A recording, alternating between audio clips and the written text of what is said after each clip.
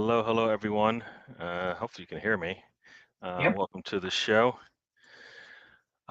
Righty, good. You can hear me. Yeah, I forgot to start up the Instagram stream, but I've done that now, so hopefully that will kick in. All right, there we go. So, uh, welcome to the show.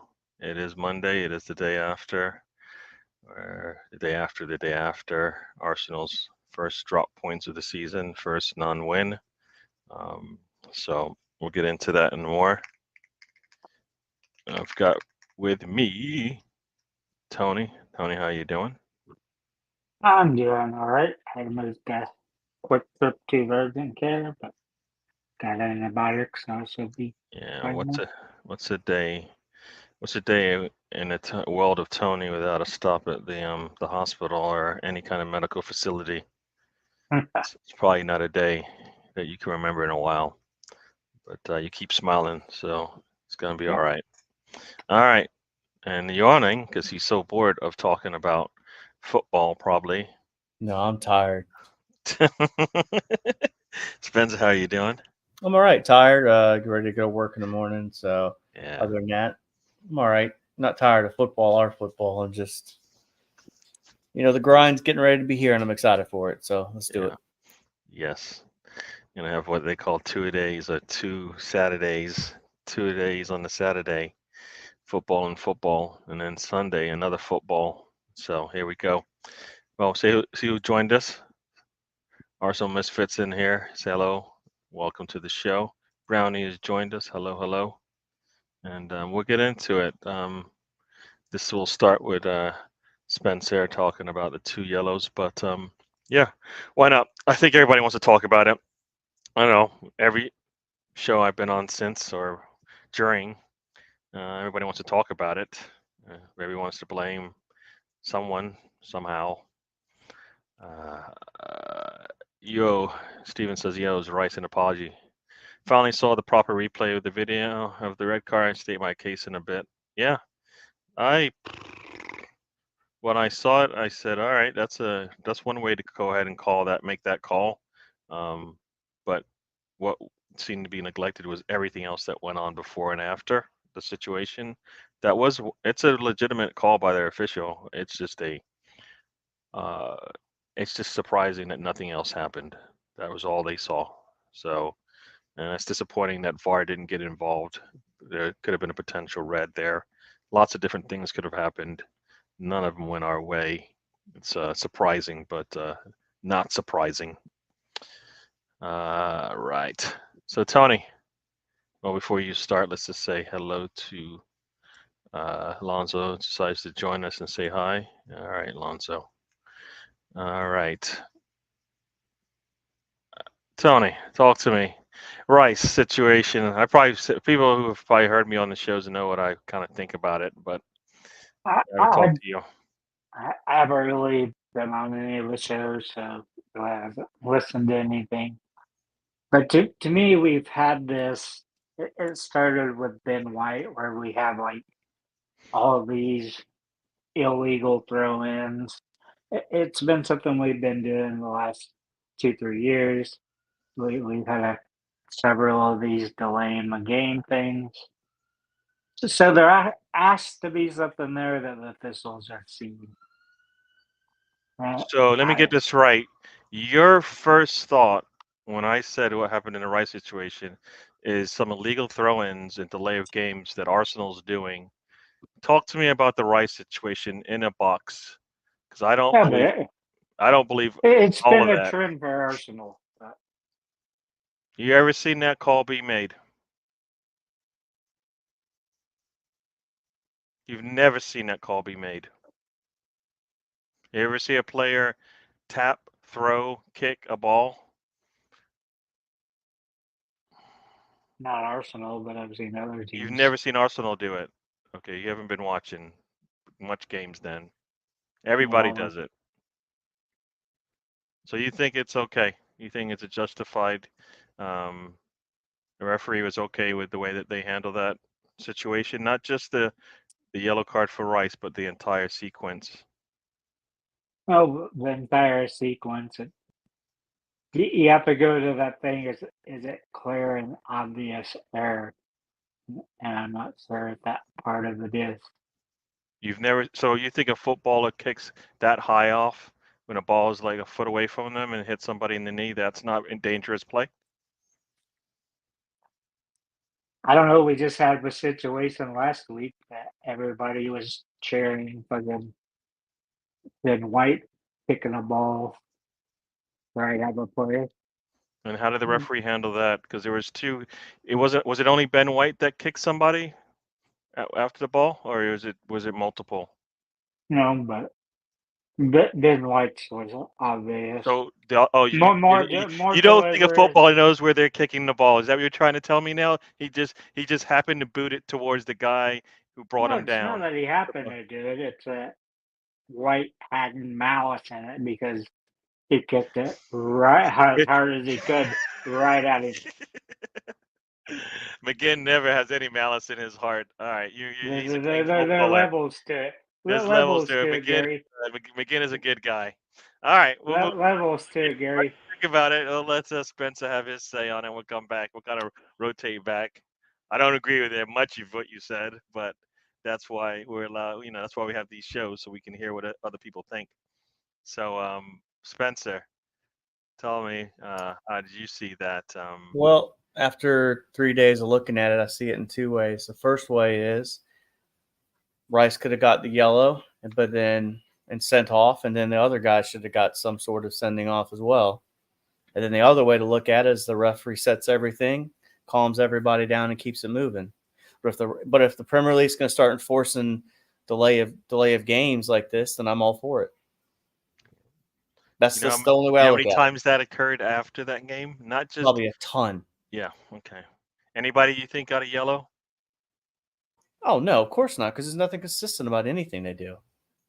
And they can't even appeal it either, because you can't appeal 2 yellows because of mistaken identity. We have all these weird rules that don't allow us to correct things, but we have VAR, which does help at times. But Yeah. I mean, in a situation like that, I think 2 yellow cards that result in a red needs to be reviewed by VAR as well. Yeah. I never understood why that's not reviewable. Yeah. Because it is a red card, even though you got 2 yellows. It's a red. No, they have to resend the yellow for it to not happen. I'm going to say hello to Holly joins us, and we've got Rudy's in the house. Steven comes here with, I guess, a little bit of a analysis on what he thinks. When the ball hit Rice in the back of the foot, it was a live ball. The ball was stationary when the Brighton player kicked the ball forward towards Rice, so the free kick had been taken. It was a live ball. Yeah, and that's where I think VAR could have got involved, because if the referee thought there was a delay of game, it actually wasn't. In reality, it wasn't. The ball was actually kicked the first time close to the spot where the foul was made. When it rolled forward, that's even further away, and we know sometimes the referees will pull that ball back. Yeah. I will say this, though. What Steven's saying here about Brownie knew what he was doing and kicked the live ball. If Rice thought it was a live ball, or, you know what I mean? Like, the way he could have gotten away with it is just start running towards the ball, towards the net. And then when the ref blows the whistle and he tries to give you a yellow, it's like, well, he kicked the ball. Like, what do you know, like, the whole sequence was ugly. I mean, the dude straight kicked him, too. You know what I mean? Like, I could live with Rice getting sent off and him getting sent off, too. I could have lived with that. But that didn't, the things of all 3 things that I didn't think was going to happen happened. Yeah. And I think that's what's most infuriating about it. But we're going to keep seeing it inconsistent. That's just the way it is. True. I mean, this is not a first-time offense. I think somebody actually had put up, and I'll see if I can find it in my bookmarks, but there has been at least 5 to 6 scenarios where an Arsenal player has been sent off for, multiple yellows, where one of the yellows is suspect. I mean, think about it. Just last season, Tomiyasu in the 3rd game of the season gets a yellow for a player diving. Essentially, the referee got duped into it, and then he gets another yellow for time wasting when he was the 2nd or 3rd person to touch the ball on a throw-in. How it just doesn't make any sense. If you want to give a yellow for somebody time wasting, it should be the player who gave the ball to Tomiyasu, because they should have thrown it in. They were like the 2nd or 3rd person to touch it, but that didn't happen. So But yeah, that's been the trend though, Gary, is that we keep it's doing not. these Well, yeah, but it's not a good. delay It's not a proper. Is it good for the game? of calling it, or Is it good for the game how things are being handled right now? I think it's something they need to review Yeah. to So see what they is think it good is. for the game, Tony? It's a yes/no answer. I mean, do they, I would say no, because you're at this point where you're having so many matches go 100 minutes or 97 minutes or whatever. And then all this extra time from time wasting and everything, and yeah, that puts more stress on the players. But they need to be a stop this. I mean, it should be easy for the referee or for fourth official to go to the player. Hey, stop doing this, or I'm get a penalty on you. I mean, it's not that hard to talk to the fucking players. Not that difficult. there you. Yeah, and of course, Brownie has his take, and his take is always do the right thing, which coming from him is pretty I don't know. It's pretty it's pretty strange. He's okay with it because he knows that no other player does it, and he's never seen a Cardiff player kick a ball away in a league match to delay the restart. So his team does it the right way. They never do that.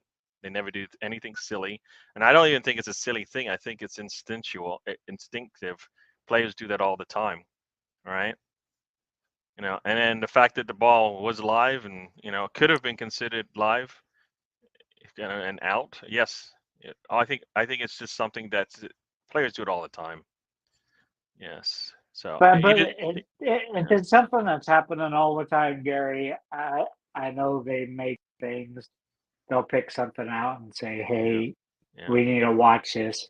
That should be one of the things, because these games shouldn't be 100 minutes long. I get your point on that, but if that's the case, then why is it only when Arsenal does it seem to be an issue all of a sudden? Because it wasn't an issue for the entire rest of every game before and after that Arsenal match and during that. Guess what? Time wasting that way is deemed okay. I don't think our only team. Nobody else got Okay. punished for it, Tony. You see And the maybe hypocrisy in one with it? There's an day, issue with that. maybe on one day, but like Spencer said, It it's happens all inconsistent. the time. It's not a one-day thing. It's not a one-season thing. This has happened for decades. Yeah, Decades but of football. that's a problem with the referee and not being consistent. They It need to is say, that is "Hey, inconsistent. They're not following their own no, rules. They created that's rules and what I'm said you saying." can't do that, and then they allow it to happen anyways. That's inconsistent. That's why they need to review it and make it a point of emphasis. Gary, do you want to guess who had the most time wasting yellows last year? I'm just saying, why are we getting a yellow for this one? Answer the question, though, Gary. The most time wasting is probably every foul when a play goes down, and Aston Villa had 8 Arsenal. last year. 8 time wasting. What, penalties by the goalkeeper or by the players? It doesn't break it down, but 8 yellows. I'd like to know, because I know that the Villa goalkeeper is a master of wasting time and has gotten yellow. So I hear what you're saying. But I doubt the number of times that there's a free kick in a game versus a goal kick. I have no doubt that the percentage isn't even close to the amount of yellows given. I don't think they're close between the two. 6? Huh? 6? That's Spencer, how many we had? The last year, 2. Yeah. So, I seem to recall more than that. Look, I don't like the delay of game yellows. I don't like the fact that people delay the game and cheat like that. But it's not just woe is Arsenal. This is across the league. No. But we're an Arsenal channel, so it affects us right now because it affected our game. So we're going to talk about it, right? I don't like the fact that it's not being called consistently, and that means not just in Arsenal games, right? Chris Nix joins us. Welcome to the show. Well, I Yeah. told you my For me, for everything. Yeah. I mean, For Hand here's the out me, thing. I yellows don't. every weekend until they Everybody stop. think, you know what? Everybody thinks a lot of people think it's harsh. A lot of people think it's silly on him. But when their players do it, I have no doubt they would be a little upset if they got the yellow. No doubt about it. In an I think ideal they. world, the referee should have calmed things down when he went with. See, you're being reasonable. There was too much going on in that situation for a yellow card to be drawn just on one player. See, now you're making. I can follow you on this one, but you can't just tell me like, all right, Rice made a mistake and the other player didn't, because nobody ever brings up the other player at all. They always talk about Rice and what he shouldn't have done, and everything that the other player did. One, he instigated something by kicking it first, and then second, he actually ended up kicking a player in the leg. Dangerous play, right? Yeah. See? But there's a way to stop this, Gary. Yep. Why doesn't a ball boy? I know they have multiple ones, but why don't they follow the fourth official? And when they see the ball's out of bounds, here's the ball. Throw the fucking thing in. Do you know where Instead of that official instead of was? Arsenal, instead of okay, here's Ben White. He'll throw the ball backwards. There's Saka. He'll throw the ball backwards. Then fucking who knows picks up the ball and finally throws it in. Just throw the fucking ball in. The majority of teams want their fullbacks that are throw-ins, though, because of sitting yourself positionally back up. Well, we have about 9 of those fullbacks, so that's a Only easy two to on the do. field at a I'm not time. sure you're not. Yeah, you're not going to win this one. And Holly, you're correct, and we'll probably get into that, and I'll save that as a bookmark. But all in all, this had not the results of the game weren't entirely on that yellow card, but we'll get into that as well. Yeah, and you know what? This is another thing here. I mean, this is part of it, right? How do you have any credibility when you've got, the PGMOL basically cannot do their job, and the league doesn't really want to punish anyone, but they want to punish all the little people, right? So yeah. And somebody tell me this: when have you ever seen in a City game a City player getting, how many time wasting do they get? You have that number? Let's see. Survey says 0 because they're never down. Why would they need a time Yeah. waste? We weren't down, so basically what you're saying doesn't make any sense then. We weren't down, so why would we time waste?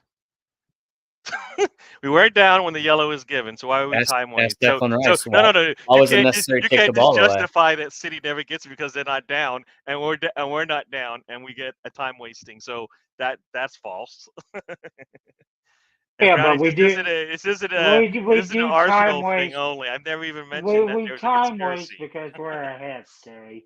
Huh? And so we time waste because we're ahead. So that would mean City should be time wasting quite a bit because They're usually hit by ahead. multiple goals, though, Tony. That So is it the doesn't point, matter. though. Why would we be time waste? He said that City's never behind. Yeah, we weren't behind in this situation. City's usually up by more than one goal, Yeah. too, so there's no reason Well, to time them. that we'll get into all of that. We'll get into all of that. But I get you. Yeah, I mean, this is everybody talks about this one, right? João Pedro, I believe his name is. Ball goes out. He's well out of bounds because his right foot is standing on the line as he boots the ball that's out of bounds all the way back to the goalkeeper. You can see Arteta standing there with his hands up, like, what's going on? The official doesn't say a word. This is early in the same game.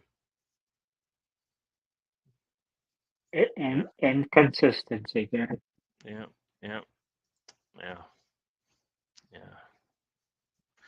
I hear you, Browning, but in the heat of the moment, I doubt it. I doubt you feel like it.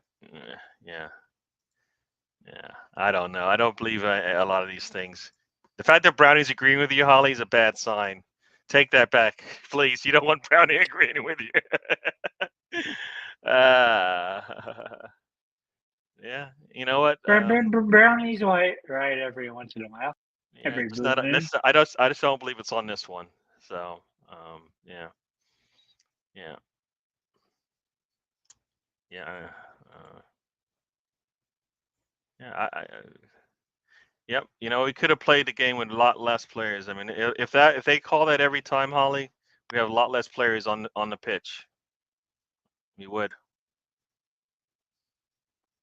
City had 3 last year for dissent by February of 2024. Yeah. Dissent, time wasting, kind of the same thing. Well, Chelsea was number 1 at 15, by the way. Yeah. Most of Good those are job, by the boys. goalkeeper, Brownie, I believe. Not basically. I mean, the one time we got a time wasting on a throw in is we got a yellow, and that was the second one. It was player was out of the game. Yeah. Rice already did accept 100%. Beek's gonna joins us. Welcome to the show. He already said he's learned from that. But if you listen to him during that whole sequence, he couldn't believe he got the yellow. So you know what? He faced up to it, but he still doesn't. I think you ask me why he feels like I do that every time, and everybody does it every time. They need to be consistent, so we know, right? Yep. Because think about what you're just saying. So the player should be able to restart it right away. How many times has Arsenal player decided to restart a game, restart the free kick really fast, and the official has said no? I've seen it, and everybody's seen it on their teams, right? So there needs to be some structure as to how that restart happens, and it's not consistent. That's probably the most inconsistent thing, because some of them they have to save the official has to blow the whistle, and other ones are free as soon as the ball's set to kick it. So Yeah. it's been hit and miss forever. Like I said, it needs to be one of those things that's a point of emphasis, and make it clear what the rule actually is. Yeah. It's supposed to be if the ball stopped, it's placed down, you kick it, it's live, it's not a foul, not a yellow card. So.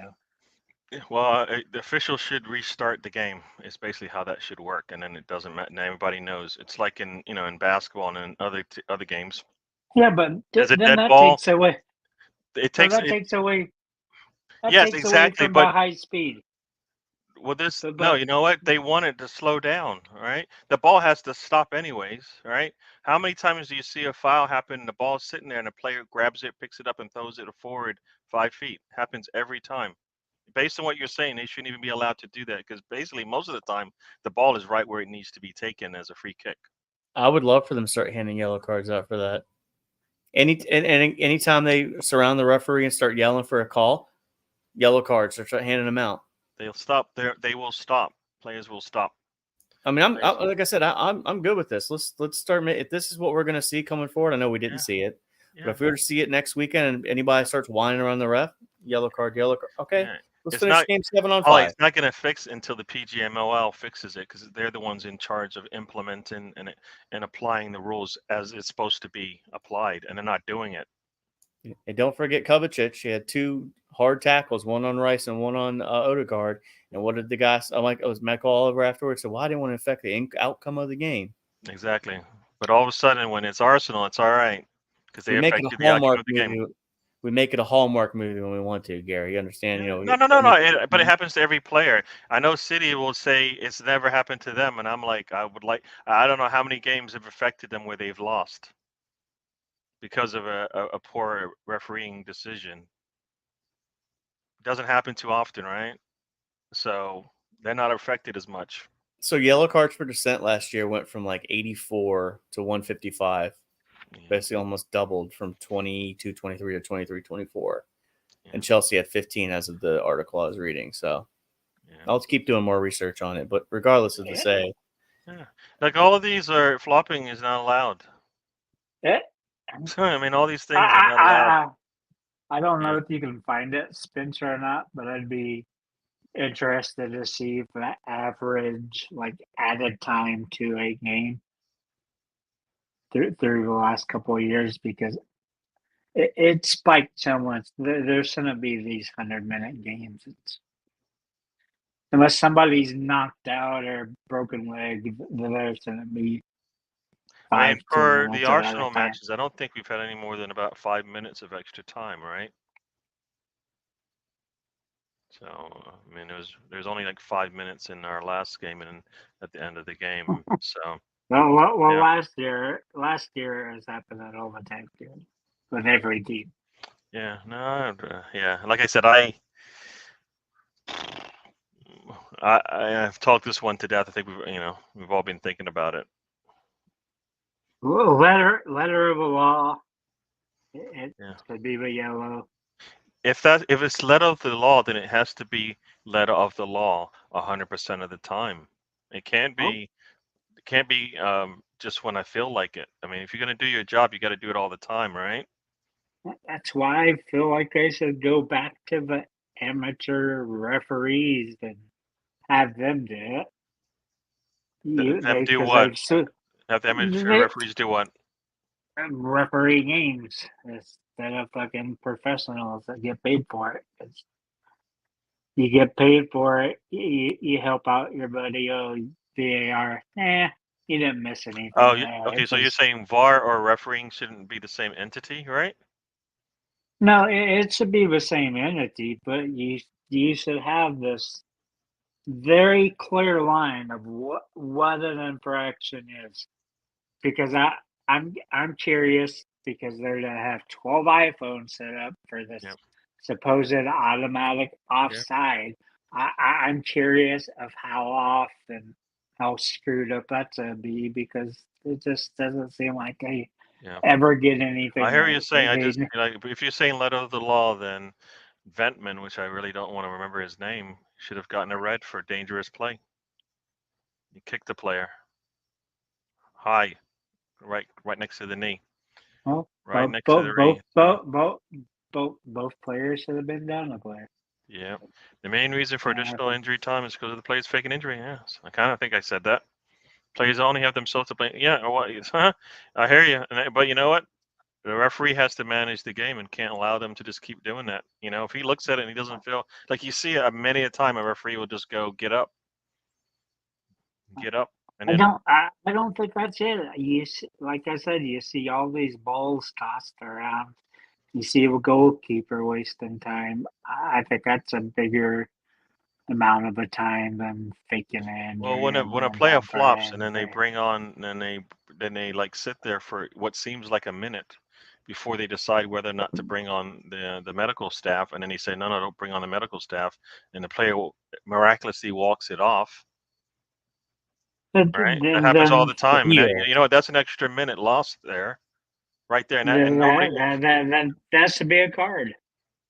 They get You are miraculously healed all of a I sudden. mean, It's the I'm greatest talking. thing. I want that so that we can get the game on the, get moving. Yeah, let's get moving. Yeah, yeah, yeah. You see it all the time. How many times have you seen a player roll on the floor and no calls made, and they're up, ready to go within, 30 seconds, or they get the foul. Looks like they're hurt, and then 5 seconds later they're fine. I really like how Remember in the was it in the Newcastle game? All right. We got punched in the head a couple of times. That player, remember, there's some collision with him. He fell to the ground. A foul was made. He was back up 5 seconds later, fine, right? The same player who had put his hands on two players, nothing was given. I mean, and that's my bias, but that's just what happened in the game I watch. I don't watch everybody else, so I can't really say I watch it that closely, but I know it happens in every game. And that's on the official. They have to manage the game. I worked as a referee in basketball. The one thing you have to do is manage the game, all right? And you have to make calls that are good for the game, not just good for one side or the other.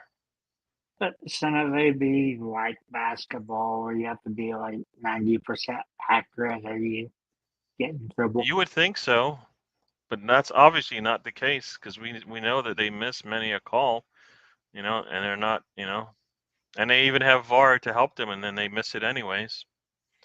I don't know. Do you guys want to keep talking about this, or I was done with VAR about 2 years ago, because Yeah, no, but we to just me talked it's about it for 30 minutes. eh, You're not done with it. You're done with it maybe 20 the seconds ago. well, I think the, that the the argument video is different hindrance. though. Tony's talking The, about the by far. video hindrance. But for me, it's the referee inconsistency is my issue, Gary. No, I hear you. Well, VAR doesn't work either. So they No, need to no, fix the it entire doesn't. process. It doesn't work. Well, I agree. It's supposed to work in clear and evident, clear and obvious errors. I believe Rice did get kicked high by the knee. I don't know what you guys think. I think that's dangerous play. I mean, I At think it's this point, ridiculous that. Go ahead, Tony. go ahead. Go ahead. I think it's ridiculous that they can't even appeal this yellow card because it's 2 yellow cards that resulted in a red, and the only way you can appeal 2 yellow cards is a mistaken identity. Yeah. Like it's 2024. Like, what are we doing? Yeah. Like they And should be what able to gets appeal me, these things. and what gets me, it wasn't this season that just ended, but the one before. They're like, oh, we're gonna redo some of these rules, look into 'em, make VAR changes.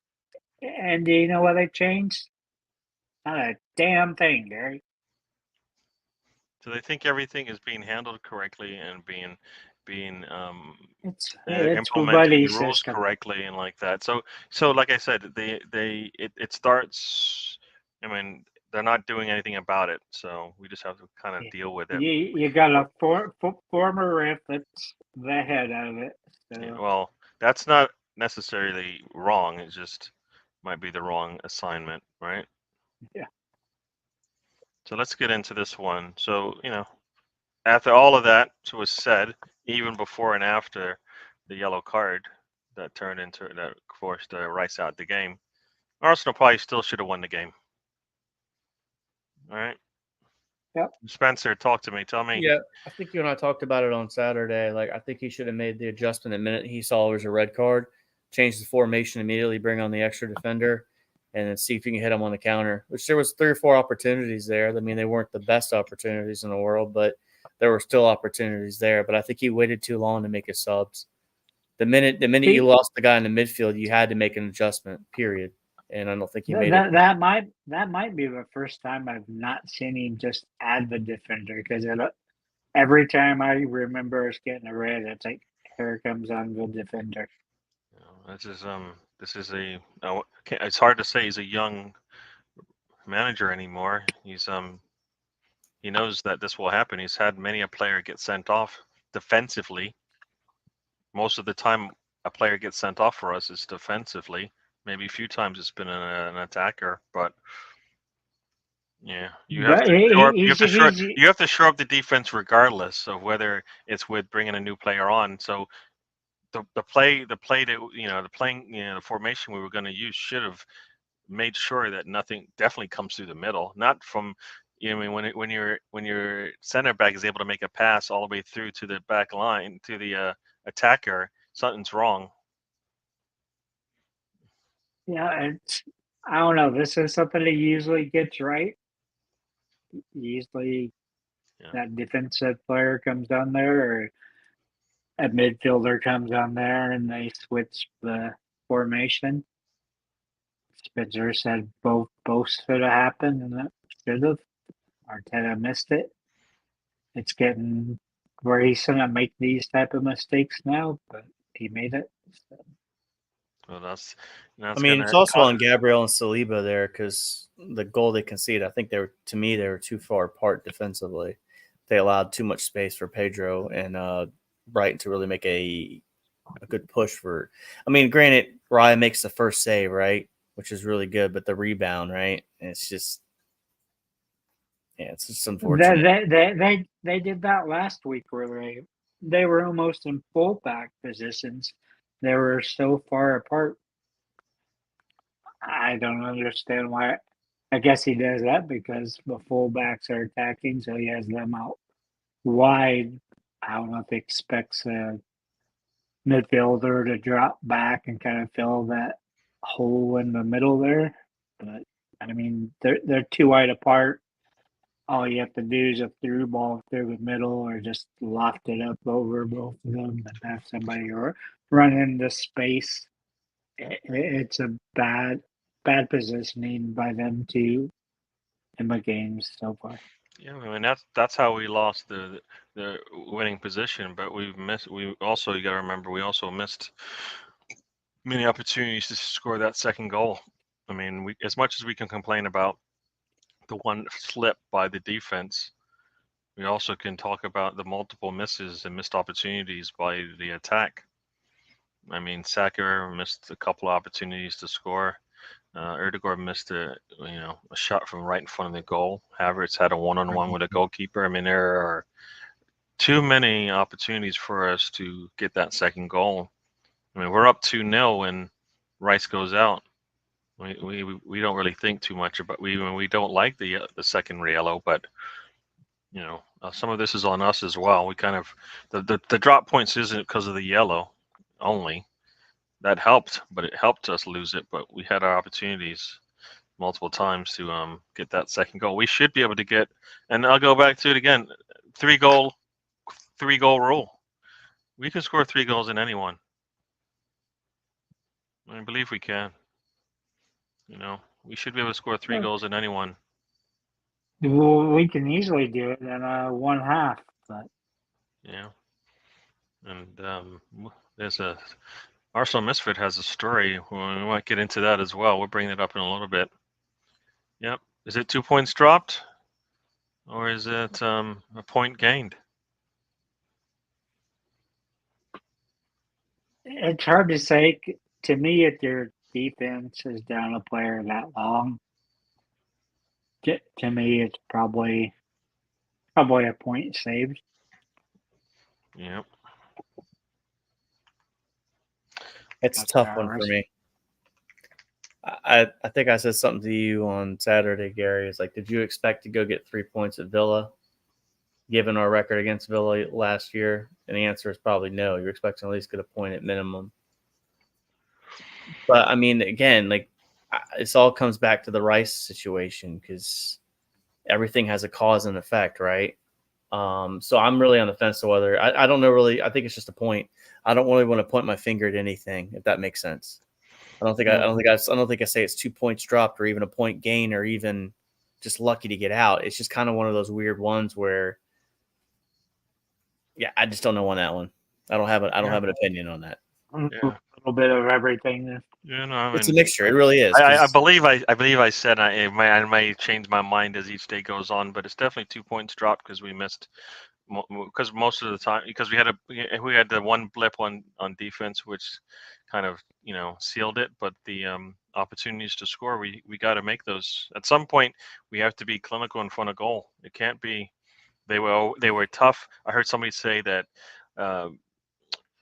Havertz was unbalanced. That's why his shot was off. And I'm like, you practice these things every day. You're never going to be in the same position. It's not ever going to be clean. You're always going to have contact. I'm sure they practice when they're off balance all the time, like NBA and NFL players. Yeah. It'd be hard for me to believe that they don't do that. Yeah, almost a story. Ten Hag finally fired, but I just looked. The only thing I've seen so far is that United has said they're backing their manager, which could be the the death sentence. Got Nick Hadley's joined us. Welcome to the show. Yeah. No, Brighton will take points from many teams this season. That is true, and that's true pretty much of every team. I mean, has every team got through a season with 0 points? Right? So everybody has their day. Right? It may not be many days, but they always have their day. So at any point, a point can be dropped any time. Yep, you're at home. You should be winning. Home should be, where you dominate. We are more laxed as a team at home, and that's not a good sign. We play a lot better on the road for some reason. We're more sound and stuff. At home, we kind of let up on the defense. It's like we have a handbrake on more at home for some reason. Yeah. Well, it's hard for me to agree with that for this season based on that red card. Like that if there's not enough sample size to agree that we've left up on defense at home. You know what I mean? Like so we haven't learned from the previous seasons that when you're at home, you've only got one game, and we played twice at home already this season, and we didn't give up any goals against Wolves. Shut them out. No, but we did this one, and nobody should. The way we were playing most of the game. No, and yes, you lose Rice, but you have to. I mean, we played team with 11 players, and there's and you have to protect that goal when you have a 1-goal lead at home with a man down. I mean, it's like life or death situations there. We've seen this multiple times. Teams do it. Like it shouldn't have been like the scenario that got the ball to their attacker should not ever happen in a when it's 11-on-11, especially when it's 10 when you're at 10 men. That's No why, way. like, The ball should be going outside. if we're 11-11, I don't think it ever happens. So that's why I just can't really. I can't dig them out because you're down to 10 I don't minutes. know. I never played soccer like professionally or in high school or anything like that. But I believe It's not fun being a man down. you protect the middle at all costs when you're down a man. Well, the big thing when you're down to 10 is you're trying to take away the space for the attackers. Through the middle, right? Passing lanes. Do you protect the middle more than anything, or do you just open yourself up, like you said, that which I believe you're saying isn't even correct? But it depends on the team you're playing. Yeah. But I mean, if you're going to probably drop back into depending on what formation it all depends on the formation of the team. But most of the teams I was on, we just try to like put 4 in the back. 3, just kind of protect all the passing lanes. So, I don't think you can protect all the passing lanes, but the biggest you're not going to be able to. The biggest threat in any sport is right through the middle. The biggest threat on every sport that I know of is through the middle. It's the closest point to the to pay dirt, right? That's what they talk about, right? Right? You protect the middle in pretty much most sports. That's where you can win.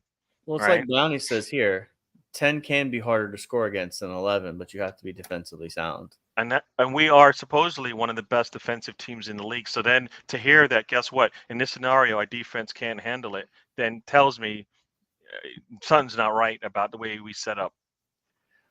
Well, again, I think we talked about this earlier. He didn't make the change in the time he needed to. The minute he made the change, it put the Calafiore on there and removed Trossard and brought in an extra defender. Yeah, they did what they were supposed to do. Yeah, We've seen us defend. Talk about professional, Brownie. It's coming from you. I don't know. This doesn't sound right coming out of your mouth. Being professional. Unfortunately, based on the circumstances, I can't disagree with Brownie on that one. I think everybody's given everything else a pass. I think professional and we 1 minute we want them to play ruthless, we want the dark arts, and then when they do it, then we get all pissy and say you're not being professional. So I don't get it. So the players will never win in certain people's eyes because either they're not professional, or guess what? They're not learning the dark arts, which is why you lose games. We're going to get a makeup call somewhere. We're going to get a I don't want to make a call. I want them to call the game right. That's the problem. Oh, trust me. We all want the game called right, Gary, but we also live in the real world too. Yeah. We've seen enough. Back in your day, Brownie, they didn't have footballs with the materials on it that we have now. It was just a rock. So lots of things. Everything's different now. Game's different. So the game's called different. Players are different. They act different. Nothing's same as it was back in your days, Brownie. They smoke cigarettes at halftime when you're it's just nothing. Brandon. I mean, when people say back in the days, but it's not the days. We're not in those days anymore. Everything's different. All right, Steven, have a good night. Too. I'll talk to you later. Some of the players would totally leave a stadium, go to a pub, and come back. Yeah. I mean, things have changed. But go into the middle thing, Gary, because usually you do that defensive substitution, then you usually have a back 5. So no, I hear what you're saying, but in the meanwhile, you don't just like give up the middle because you're missing a guy in the middle. You protect the middle. No, you switch to that formation to begin with, as soon as right. So I mean, that's where I think you have to immediately make a change. It can't be the excuse that we didn't get our guys in on time. Those players should have known the biggest threat is through the middle, and that's where we got beat, at least in my eyes. It's just weird because that's something like Arteta's. That's the one coaching thing he's always been really good at. We play good down a man because he makes that defensive substitution, make the players be where they need to be, and a lot of times we save games, and there's sometimes we come back and win a game. True. Down a man. So. True. All right. So where do we go from here? Rice is out. Tony, who do we? Oh, let's put this comment up real quick and then we get into it. But he didn't make it soon enough in many people's eyes. It took about 9. I think it was 9 minutes by the time. I think it was 7 or 8 minutes by the time the player was ready to get subbed in, and by 9 minutes it was too late. The game had turned. But Tony, talk to me. Now that Rice is out, how are we going to look going into? We got 2 weeks. We got less than 2 weeks now, but who should Arteta be planning to play? Probably Jorginho. So what would your midfield be? Jorginho, Guardiola, probably. Yeah, and then Spencer. Well, I told you on Saturday I'm putting Havertz in the midfield. Yeah. That's what I'm doing. And I'm running Sterling up top as a false 9. Yeah. With Saka, and we'll roll with Martinelli, put Trossard on as a. Hopefully Jesus will be back by then. But if you're relying on Partey and Jorginho in the midfield, they're gonna tear us up, man. They're gonna tear us up. And Havertz can do enough sound defensive stuff that he won't have an impact on the midfield in a negative light. Yeah, Tony, I don't agree with having both Partey and Jorginho. One, they should be backing up each other because they can't give us 90 minutes. And if we have issues where we can't sub them out, we'll be in trouble. I don't know. How would you see that working? I assume double pivot, right? Yeah. Like I said, I would feel. I mean, your other choice is Mourinho, and he would be in there with Jorginho or Partey. But Mourinho's not an option for what seems like it's going to be 2 months. So you can't use him in any scenario right now. I mean, it won't be until late October before we can even think about him being part of any Arsenal squad. And you can't play Ethan Nowari out there because it's not fair to a 17-year-old to say, hey, here's your start at your biggest rival's ground. You just can't do that yet. The kid's going to play a part in this team for sure, but probably not this early. Well, here's my thing. He should have already had some minutes because you're never going to find a perfect time. There's never think about this. Do you remember when Kyrgios got his first minutes in an Arsenal shirt? Do you remember that? I do. Where was it? Anybody remember? Brentford, I believe. At Anfield, where we drew. Oh, you're talking about Kivior? Yeah, that's right. Kivior. But Kivior was also, 22 by 17? No, but what I mean is this. I mean, at Anfield and at the Toilet Bowl, not the same level. Yeah. No. Not far apart. Not far apart, but not the same level. But I mean, we've played 3 games, so those 3 games he could have got minutes in. If he gets to play, it's going to be like as a substitute role, I think, at that game. Oh, he's not ready to start for us. Yeah. Yeah. Tony, we've had these 2-0 wins. He should have got minutes, like you said. Yeah. I do think Saturday probably would have been potentially a game that he would have gotten some time in. Now, granted, the minute Rice gets sent off, all your plans are just out the window. Yeah. That's the unfortunate thing about it. And that's why I'm kind of, when I said, hey, defensively, it's hard for me to really take that one. It seems like an anomaly. Because I think defensively, this team's going to be really good. I think better than last year's team. I'm really high on that. Which team? A little better than last year's team. Which Arsenal's defense. Okay. Yeah. Okay. Yeah. No. Arsenal's defense will be better than last year. Is that what you said? Sorry, I missed it. Yeah. Yes, that's what I said. Yeah. Okay. Yeah. No, I mean, I think players have been playing for a while, so they should only hopefully improve. Big Gunner, it's got Ray and goal, Timber, Gabriel, Saliba, and White, Partey, Havertz, Erdegaard, Sterling, Jesus or Trossard along with Saka. Yeah.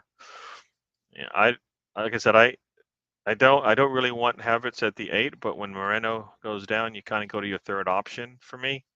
And right now, the third option for me is Havertz until you find that next person, that next player, be it Inweri or whoever. But there's nobody else really that can fill that spot the way we want to play the like.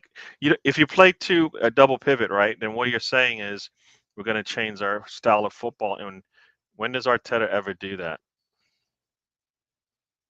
I mean, last year to me, the midfield did not look good until Havertz went into striking position.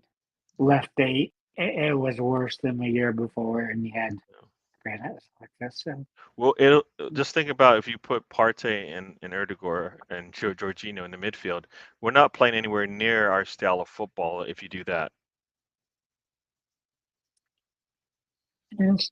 Sometimes you just have to survive, Gary. So yeah, I get you, but tell me when Arteta has done that.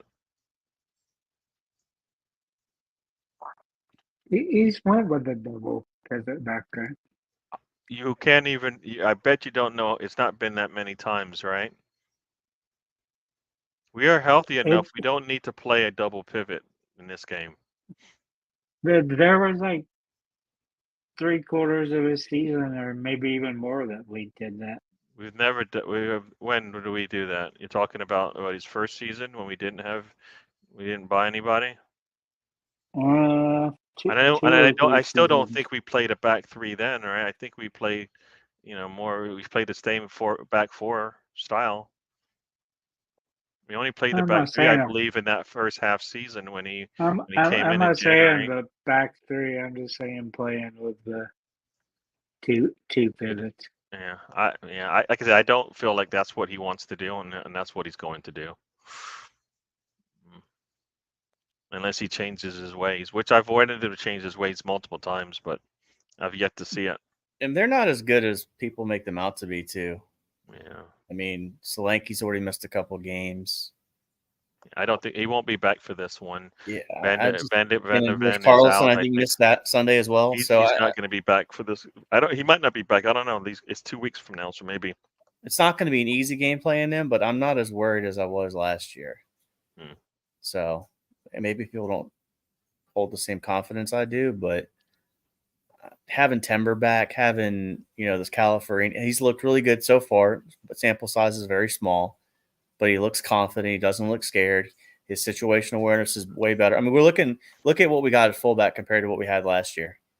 Tommy Ass is really good when he's healthy. Don't get me wrong, but Zinchenko's all over the place, and we don't have that anymore, right? He's still on the team, but we still have a little bit more. There's just more confidence in this team. Yeah. I feel that's why I was saying we're gonna have a better defensive record than last year. So but the double pivot thing, you could do that. I think you set yourself up. If one person, can Jorginho give you a whole game? He probably can, but I think if you got Havertz in the midfield, Sterling up top, and Saka or Trossard, Martinelli, however you want to run it, you could probably jump up real quick on that team. Yeah. And I think Gary, Tony, you probably agree with this. We can get up 3-0, then you can pivot that into a double pivot and have Jorginho and Partey see the game out. So go put your foot on their throat when you get there. Jump up early, quiet that crowd, make them head to the exits, and finish it out and see it out. Yeah, that would be the way to do it. Yes, yeah. Holly Sterling he's healthy. I think him and many people thought he was going to be part of Chelsea's first game, and then there was a decision made right before the game or the day of the game or whatever that he wouldn't be partaking. So if he was ready for the first game of the season, he should be ready for the fourth game after a 2-week of practice with Arsenal. So Sterling should be ready to go. Chelsea had a full bus of players that they had to skip out. No, it's bet. Lonzo thinks they should go with a double pivot, but Bakes Gunner says nah. Getting overrun by that would be we've seen Partey get overrun. Partey doesn't have the the speed to keep up now in the midfield like he has in the past. And Jorginho, we know, can't get turned and can lose the ball in situations. I mean, it'd be poor. It would be bad for him to go into that game with Partey, and the same things happen. Oh, we lost Tony for a bit. See if he's back. Okay, there we go. Trossard at the left Gary. eight. Trossard at the left eight. I don't think we've seen that. That's my only thing with. I like when we always talk about being versatile, but Trossard has only played on the front three in the front three spot. So I Well, don't see the what gets me there, we've played Tomiyasu there, but we still don't play the obvious answer to that question. Yeah. It's fucking Zinchenko. Well, the obvious, well, think about what you're saying. There was an obvious reason why Tony wasn't getting picked up by any team in the Premier League, and every team needed a striker. Every team needs a striker. Look at Osimhen. He's in Turkey now. Yeah, so there's a reason why certain things happen. Sometimes it's monetary, and sometimes it's everything else that goes on in the footballer's life. So yeah, I don't know what's worse, going to Saudi Arabia or going to Turkey. well, not if you're trying to prolong. If you're trying to, enhance your career. I mean, I would imagine from a human rights perspective, probably Turkey's better to go to. But I don't know, knowing their president and stuff. it's Zinchenko in the eight's not a horrible shout. I mean, he does it for Ukraine, right? 6 or 8. but he's never done it for us. So right, not and enough for us to feel comfortable about it. Here's the reality of it, Tony. He could probably do it, but you're going to go with what you know when you go there. Vice, we're going to mix it up and try to make it. We're going to make a gamble. Yeah. So that's why the Havertz one, it just makes sense. Yeah, just to get a quick update for those who are interested in college football. Boston College is up 14-0 on that team from Tallahassee. Florida State is losing at home to Boston College. So there you go. Okay. That's That's what happens when you're in the top 25 when the season starts. Yeah. Two bad games. Yeah. What will you do? Yeah.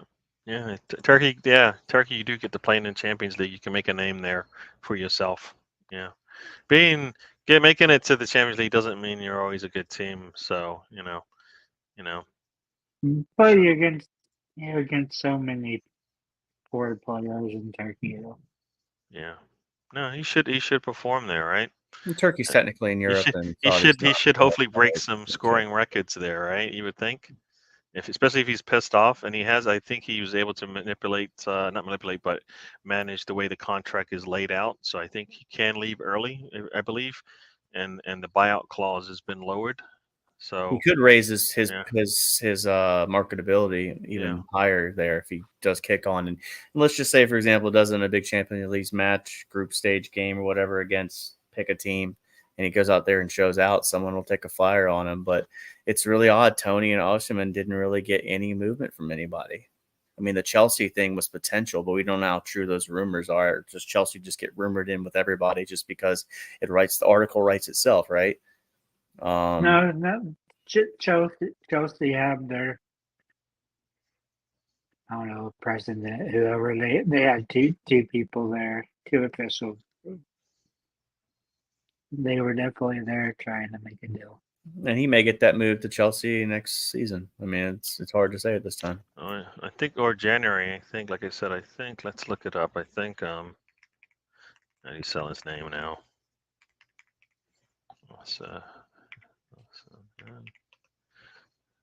All right, and it was third and short, and they didn't get it. So Boston College will be getting the ball back. So DJU is going to DJU. That's who he is. That's who he's always been. And yeah, good luck, Tallahassee. Yeah, he's just had a poor time wherever he's gone. That man. Yeah, we're not talking about college football. There's nothing good to talk about college football, Gary. Let's just, I don't know. That's cool. Yeah, no, I just think it's crazy that two strikers were not able to get a move to to not even talking about making it to maybe not one of some of the top teams in the in football, but just in to a top league. You know, you know, yeah, yeah. So And you figure they would end up in Spain or yeah, someplace. yeah. And it's really it's just really weird because I think it highlights that culture and whether you're a cancer in the locker room does kind of matter too. It's just really weird that Antonio Conte can't find a spot for Victor Osimhen.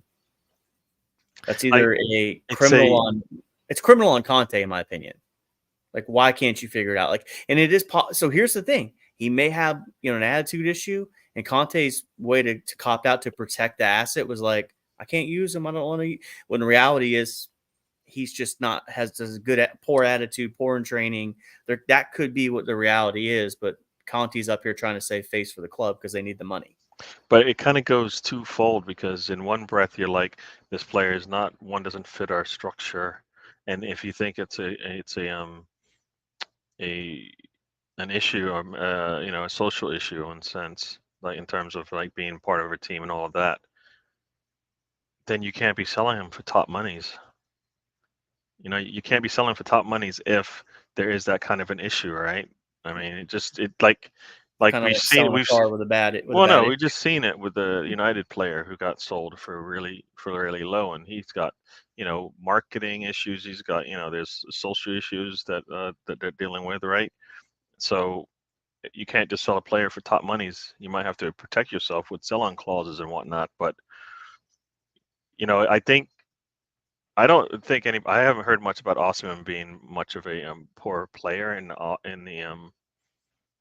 the locker room and stuff like that. I kind of always felt it's always been like the man. He's been put in systems where he's not able to highlight his skill sets and stuff and his talents more than just that he's a poor player. I think Tony was more of maybe a head case in a locker room issue A probably. gambling issue. But Nobody also, wanted to touch that. yeah, Osman basically, for me, I don't feel has felt like that kind of a player. So yeah, I know people who follow Italian football, and they haven't really said anything like that he's been an issue in that sense. For me on Tony, I don't think it's on the field issues or even dressing room issues. It's just Yeah, there's nothing. Yeah, it's not. Nobody said anything about Tony as well, right? Being a team player and stuff like that. Not really. So yeah, I mean, that has his off the field and Osman. I think it was more like you said. I think the manager didn't help. The team didn't help themselves. So now for his sake, hopefully he's allowed to go in January if a team wants him. And there should be a lot of teams that will just take him. I mean, Chelsea surprised was not able to get him. I mean, you could have probably sold him easily to Chelsea if they had lowered their asking price. Probably it's even lower now than it would have been, right? And that's what gets me. It's like a player's not going to be played by the manager, yeah, and I don't see why. It's weird that he couldn't find a place for him. yeah, and I think Eh, for Awesome wasn't Awesome mainly the release clause, which he doesn't have much to say on that one, right? yeah, he doesn't really have any. So I don't think it was a player. Like I don't think the player said I have a high release clause. I think the team had a high release clause on him. So I mean, I don't, it's hard to blame the player for the monetary issues that go on with a player moving, right? Yeah, the only blame the player is responsible for is like really what their wage demand is. Like the transfer fee, they don't care about in theory at all. Yeah. They just want to make sure they're getting a good deal. That's why, because even like Tony said this on Saturday, all these people are like, "Oh, we could have paid $40 million for Tony." Yeah, but you weren't going to pay $500K a week for him. So yeah, cool, you could afforded the 40, but $500K a week was never going to happen from any Premier League team for Tony at all. Yeah. So that's another factor to think. Well, for him, that's definitely sounded like Saudi Arabia is where he wanted to go. So. And that could be Victor Osimhen too. We don't know that. We don't know what he's demanding for salary. He might think he's worth $500K a week, 600. We don't know. I mean, because some of these guys see what the Saudis got, and hey, you can go there and make good money for 1 year. Why not? Like obviously Jordan Henderson didn't stay there, but I think you'd be foolish if someone offered you $30 million a year to go play football. You'd be like, okay, I'll find a way to get there. I mean, it's just, yeah. So it's But Saudi thing would be so weird though, because you only have these four teams that are owned by the Saudi funds. The rest of them aren't. So you got these four really good teams, and just I imagine the other teams are just absolute garbage. I would assume. I get that. It seems weird, but when you got the money, somebody shaking the money at you, sounds like they follow, right? So that's what's Yeah. happened there. So yeah, well, like I said, it sounds bad from a footballer career kind of analysis that you look at it and go, oof. I mean, hope it was worth it. It was worth it. Yeah, Have fun in Turkey. very true. So we'll see what happens there. And then you've got like any player that Arsenal wants to get, they're happy to stay around for another year to see how things work out. And what I always find weird is they're going to stick around, but then they also will re-sign a contract to make it difficult, even more difficult for a team to be able to let them go, which I find kind of strange. So, But that's kind of like on Tony, because Tony's contract ends at the end of next year. So January he could have signed for anybody for free. So it's like you have to do something because the contract is ready to expire. So you have to get rid of the person. yeah. Mhm. I mean, because it never works for Arsenal, right? We've always re-signed players to new contracts, with the intent to get the monies back. It hasn't worked out too often. I mean, I guess now we've seen that it has, but I felt like it was a year too late. I mean, so we did some I'm good business selling, that's for certain. yeah, I just think, like I said, I think it was a year too late. I think those players need to have already gone by now. They should have been already sold. I'm just really curious what they actually wanted for Tony. Well, they were telling the teams what they wanted. Yeah. I think it's the wages, Tony. That's what I think it was. I think he wanted a high wage. Yeah. That's why DCL hasn't moved right now. My Everton buddy was talking to me about it. Is that they've offered him 125K a week to stay at Everton, and he thinks he can get close to 200. DCL is not getting 200K a week. No one's gonna pay him that. Yeah. The players, you got to think of someone. DCL's 28, Tony's 28. They're at the end of that career. They're trying to get that biggest payday possible. Like I was saying earlier, the between clubs, I don't think that's ever an issue. I think it's really sometimes, especially when it comes to someone like Tony, based on what the history was, the gambling and all that stuff. But it was the wages he wanted. It was just no one was ever, with that risk of him potentially getting busted for gambling again, no one was going to pay that. And a lot of it's the agents wanting these unrealistic either fees or salaries for the players so they can get more money themselves.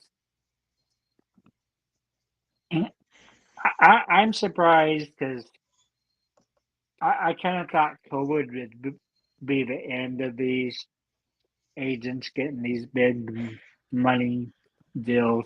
Oh, you're switching to this team, so I get 40 million pounds. No, I don't think that happens too often. I mean, I think But I know what you're talking about, but those deals don't it's happen crazy. too often. I mean, because what you're talking about, we don't really. I mean, I don't believe those are happening. I mean, unless they're really top players. I mean, they happened with Haaland, right? There was the fees that went on top of the transfer fees, right, that were being paid. But unless it's a top player, I don't think it's happening. Like those aren't top players, right? No, but I was just using that as an example that happened. Yeah. No, I mean, I just thought it would be the end of it because you have these clubs with less money, but now you're having these record deals. But I don't know, it Could be part of inflation. I don't know, but just the way the salaries and stuff have jumped up has been surprising after COVID. Since, like I said, a lot of these teams don't have money. You have Barcelona trading away their soul to keep being able to buy players and can't sign players until 2 or 3 players leave. It's a shit show that shouldn't be happening. I hear you. I hear you. Yeah, it is. It's crazy. That part of that whole thing is just a little crazy. Yeah. Yep. But what international games are coming up, Gary? Since we're at that kind of pointless international break, Let's give a look here and see what kind of football is happening. do we get to Pointless see shit. Pochettino with Team USA? See, I don't know if there's any other games this week. Let's see. Well, African Cup of Nation, there is games on. Let's see. I don't think there's any games tomorrow, but definitely Wednesday we have games. Comoros and Gambia, Libya, Rwanda, Sudan, Niger, Tanzania, Ethiopia. Then it's actually Champions League. Oh, there's Champions League matches, so it's not fully international for everybody just yet. Let's see. Oh, nations are starting on Thursday. You got Portugal and Croatia, Scotland and Poland, Denmark and Switzerland, Serbia and Spain, Are Azerbaijan and friendly? Sweden, Estonia and Slovakia, Belarus and Bulgaria. Are those friendly, or is that for Those are all European Cup? Nations League, yeah. In South America, there are World Cup qualifiers for Bolivia and Venezuela. There's World Cup qualifications in Asia, so all the teams in Asia will be playing. That includes Australia, so and Saudi Arabia. So yeah. So let's see. I think England plays on the weekend. I think they play on the weekend here. So yeah, there's a lot of Nations League games going on. England plays on Saturday against Ireland, so that's when Rice and Saka will be playing. So I guess the good and bad thing is Rice will have a little break before the City match, and he'll just have to play 2 short games against short turnaround game against Atalanta and then City. So you should be able to do that. Spencer's putting up the games for the U.S.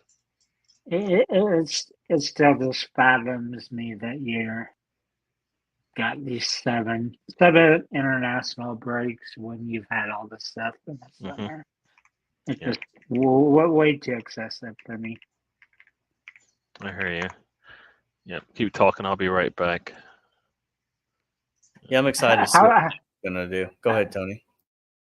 How do you feel about those 7 international breaks, 14 weeks of? I hate them. I mean, now I hate this one, but most because you've just started the season, 3 games, then they're off to no telling where you're going, and it's real bad for like the players in South America because that's a 20-hour plane flight to wherever they're landing at there. And I would be okay with like the October window, maybe, right? If you want to do a little bit longer one for October. But even then, it still kind of feels too early. I really don't like the international breaks at all. I mean, this one's a little bit more intriguing with Poch being the manager at for the U.S. So there's a little bit kind of like, well, hey, what's he going to set up? How's it going to look? I am curious for that. I mean, don't get me wrong. Saturday's the game, the 7th. I'm going to be watching American college football instead. But I'll go watch the highlights. It's just not happening. Like you're Barry like, does what I'm talking about. Yeah, I'll be watching. I can watch you in the replay. Yeah. I'm watching college football instead of. Yeah, but I'll check out. I might check out the 10th, September 10th. I'll check out that game. Yeah, I'll be away in the weekend, so I probably might not be able to watch much football. So yeah. But I got an interesting question there Yeah, for you, yeah. Gary. Dabo and Go ahead. Napier and Nova. I don't think Dabo's won a national championship for you guys. He's not going away that fast.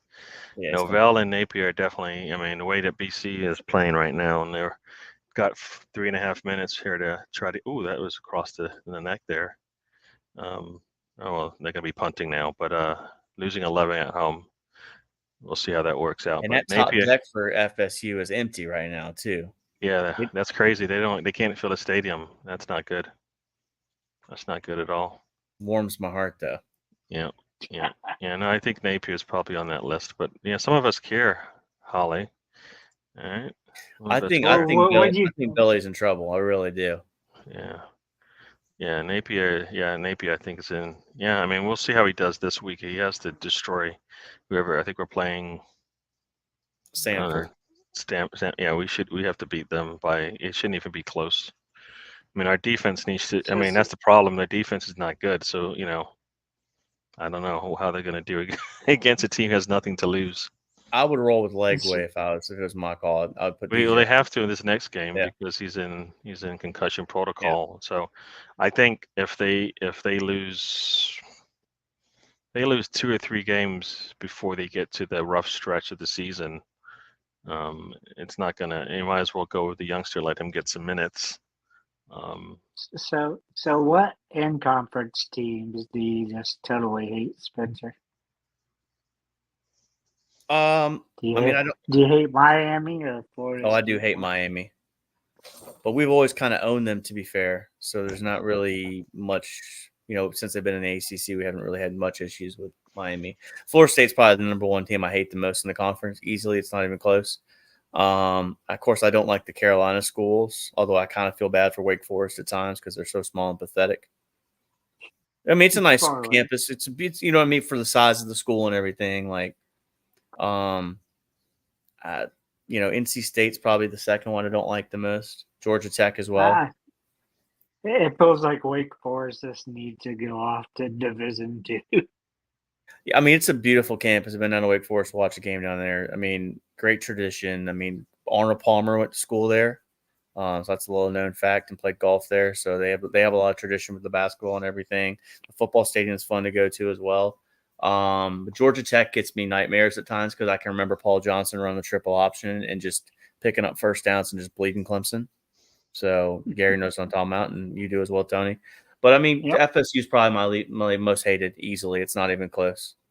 So I had a personalized license plate talking about how much I dislike Florida State. So I could not stand them. Yeah. I don't know what all this means, but maybe this is some. Yeah.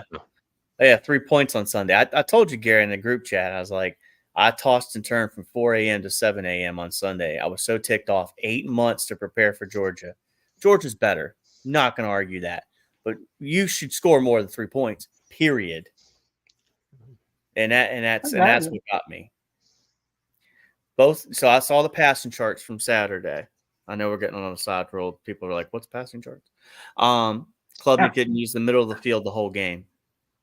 Everything was to the sides or underneath. So that's and they had all these freshman wide receivers you touted on. You didn't play them. You played the same crappy wide receivers from last year. They haven't developed a quarterback. DJU, we're seeing he's trash. Cade's been kind of bad. They recruited poorly at times. They've missed on some recruits, and then on top of that, they don't use the transfer portal. Could you imagine an NFL team saying we're only going to draft kit people? We're not going to do any free agents. It's if you're making $9 million, $10 million a year, Gary, Tony, and you're not utilizing an asset that everybody else is using, that's dereliction of duty. Period. You either need to figure it out or you're going to be out of a job. I think the best freshman right now is a wide receiver. So to say that you've got like lots of good freshmen and wide receivers you're not using them. In Florida's, probably best wide receiver last year was a freshman. Their most, not I guess second best basically because we did have a wide receiver get drafted first, but he was he's the one that's more NFL. He's going to be an NFL player. Most likely the way he's been playing. So the one thing about college is you play your best players, right? You play your best players. It doesn't matter what you don't think about the age anymore. They're all going to be 18 older. you absolutely have to because of the transfer portal, and now it's worse because they're capping the depth chart at 105 players, which I thought was already back below that because I remember OU and Nebraska players having to take off the dirt because they have two of the same players out there with the same numbers. Well, that's why Nebraska got good for all those years, Tony, because they were utilizing extra players on their scholarships, and they were getting a lot of the players locally and everything, especially back in the 80s. But it's kind of sucked because I never, even how much of a rival they were, I never had like an issue with them. But I feel sorry what's happened to them after they switched conferences because they just hey, man, they chased the all their money. sports died. It's like all their sports died. It wasn't just football. Well, look at where they have to go play to get recruits from, right? You're going to Yeah. Iowa, Indiana. They used to go to Texas, Oklahoma, Colorado, like schools that, you know what I mean? Like areas that mattered, Kansas. And now you're going to Iowa, Indiana, Wisconsin. Like the kids don't know anything about Nebraska. Look at Maryland. Maryland's another prime example. They were good in the ACC, chased the money of the Big Ten, and they haven't had I think they've won over 6 games, maybe 2 or 3 times, and since they've been in the Big Ten. What are you going to do? Chase the money? As much as Penn State is good. Penn State used to be where everybody in the Northeast goes, but they don't do that anymore. They don't have that same draw as they did back in the days. I mean, like Notre Dame and all these teams. Right now, it's just Michigan and Ohio State up in that area.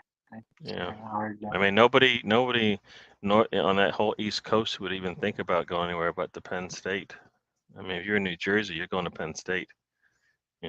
Nowadays it's not the case, so they can't keep the same quality. So yeah, Tony's team did all right. They did all right. I mean, there's something to be said about having a really good coach.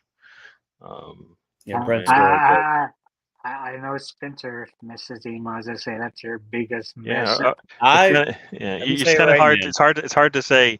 Do you keep Dabo? Do you keep your defensive coordinator? Right? I mean, I would send Dabo Sweeney packing right now for Brett Venables. And don't get me wrong. And this what could change that is if Dabo started using the portal, stopped hiring coaches that were his kids' sons, brothers, mother's sons, uncle. That's what's killed them. There's no cutthroatness at the program right now. Yeah.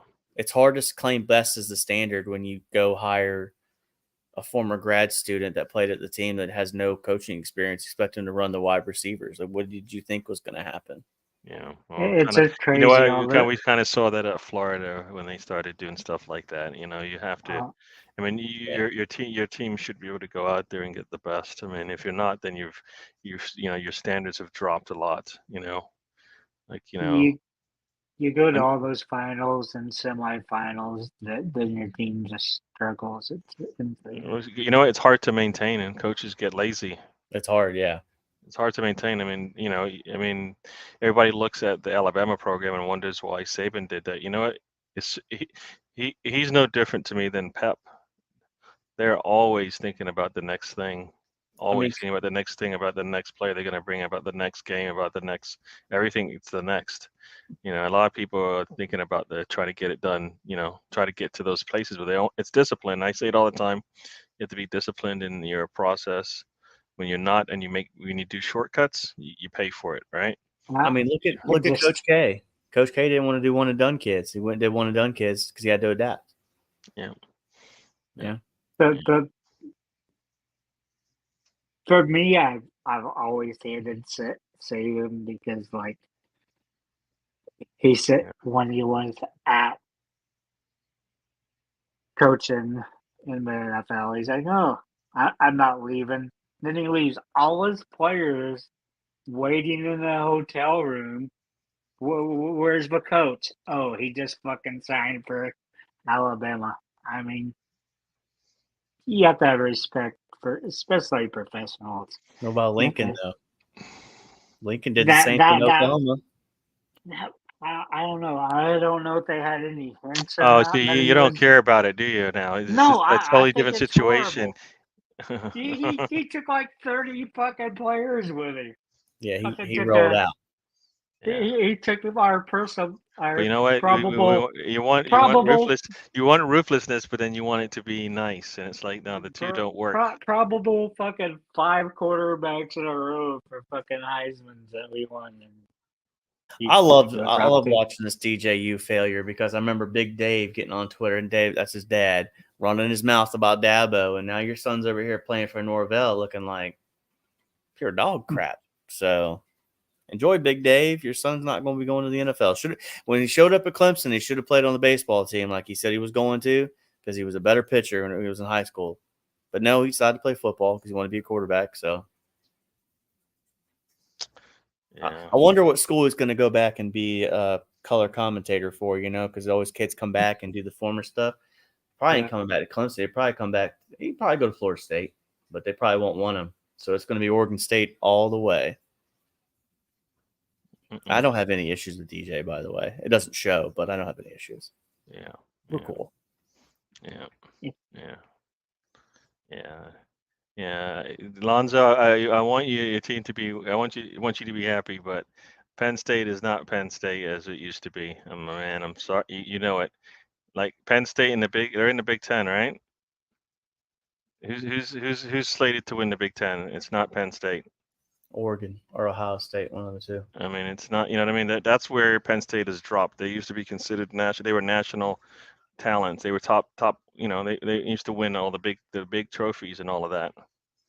So and those whiteout games were such a good atmosphere to go to. Yeah, so it's not the same. It's not the same teams. I mean, the Gators used to be big too, and I can tell you that much. That without the right coach, you have to can't maintain that same quality. So you miss the old ball coach. Yep. Well, you know what I miss? I miss a coach who can actually coach his side of the ball. Like if you think about it, Saban is what, a defensive coach. What was good about the Alabama teams? The defense, right? Spurrier, good on the offense. No matter where he went, the offense was good. Didn't matter who the quarterback was, he got something out of him, right? Yep. I mean, Kelly, you're going to get offense, right? Wherever he goes, you're going to get offense, right? Venerables, if the defense is anywhere near top 10, he's not doing his job, right? So just everybody has their niche, and they're going to be good at it. Like Meyer specialized in special teams, and everybody wanted to be in the special teams, even the starters. That's how he made it, right? And he was good across the board on everything. So that was always my favorite position to be. I love being on the punt teams and stuff. I just going down there and plowing into the. Then they used to say like the team, the special teams got the stakes. So that's why everybody wanted to be on the special teams, right? So, and when Meyer was at UF, the special teams won many a game. A lot of punt sixes, man. We would get him block six multiple times back in those days. I miss those. I miss those days when certain parts of the team were tops in the country. We don't have that anymore. We're barely good in our own conference. I remember getting my ass jumped in practice. They kicked the onside kick.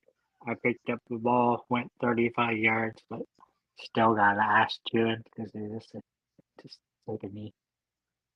Was it the end of the game or something? It was practice. Oh. I mean, I think about the Dabo Swinney and the transfer portal thing. I think people misconstrued the transfer portal, because I don't think Kirby wants to use the transfer portal. I don't think Saban wanted to use it, but they kind of had to because people were picking players from them. Like the good teams aren't taking 20, 30 guys in the portal. They're taking like 6. The good teams bad teams are taking 30 because they. When you establish a baseline, like you have a starting, when you go too deep with quality players, right? Then you don't need to go to the portal. I mean, that's the thing. I mean, those teams can do it. Like Georgia is too deep, right? They lose a player, they bring in another. They already have another one there, and then they can bring on the best of the rest after that because people know they're going to get to play, all right, and not only play but play for a team and win trophies and get into the NFL and all of that. So, was Davo picking up junior college guys, Spencer? No, that was something that was he was never going to do that because he won. they didn't have to, like, yeah, he's, and I'm not saying Dabo's done it wrong. I just think he's failed to adapt. He could still maintain a lot of his stances and go get 4 or 5 players out of the portal. You could hire different coaches, run a different offense. And I'm convinced of this, Gary and Tony. When we won our national championships in 16 and 18, we had special quarterbacks and Trevor Lawrence and Deshaun Watson. But we also out-athleted people too. Yeah, Bubble screens and screen passes. That's your all the defensive line was just ridiculous. So I know. it was like That 2018 team. Yeah. Aguna Matata joins us. Welcome to the show. Yeah, we've kind of gone off on a serious tangent here, talking about we went to we talked other more. I think everybody's rivalries. Everybody's Yep. tired of it. You guys are tired of the Arsenal, but it is we've hit the 90-minute mark. So anything we want to say about Arsenal before we head out of here? I'll let you guys each have your say, and then we will move on. Tony. Oh, I get to go before Spencer this time. Yay! Again, I stressed what Spencer said, that Arsenal should have went with the quick substitution on defense and then set up defensively. And that's something that Arteta's. I always remember him nailing it, and I was really surprised to see him miss it this time. I don't know what he was seeing the other team not to do it, but I don't know. He screwed up there. Yep. Yeah. I mean, like he screwed up with the substitution. His center back screwed up with their protection of the middle of the pitch. And then the attack screwed up because they were competed too. Yeah. And we can say that about every game the last 2 years. Not clinical, should have got the goals, Yeah. should have been up Yeah. 2-0, not 1-0. A lot of times it's to be 3 or 4-0 at halftime, and we're not as ruthless as we should be in that, especially the first half. Yeah. Then in the second half we kind of put it on cruise control, and even with knowing what our defense is and two goal leads, I'm still like, Yeah. we might just get a point out of this because I know what teams are going cruise control. True. All right. Anything else, Tony, before you say bye-bye? Not much. I turned 45 on Friday, so. Oh man, there you go. Well, happy birthday to you if I don't get to say it, because like I said, I'll be traveling. So it's a pre-happy birthday. If not, I'll try and give you another one later. Spencer, what say you?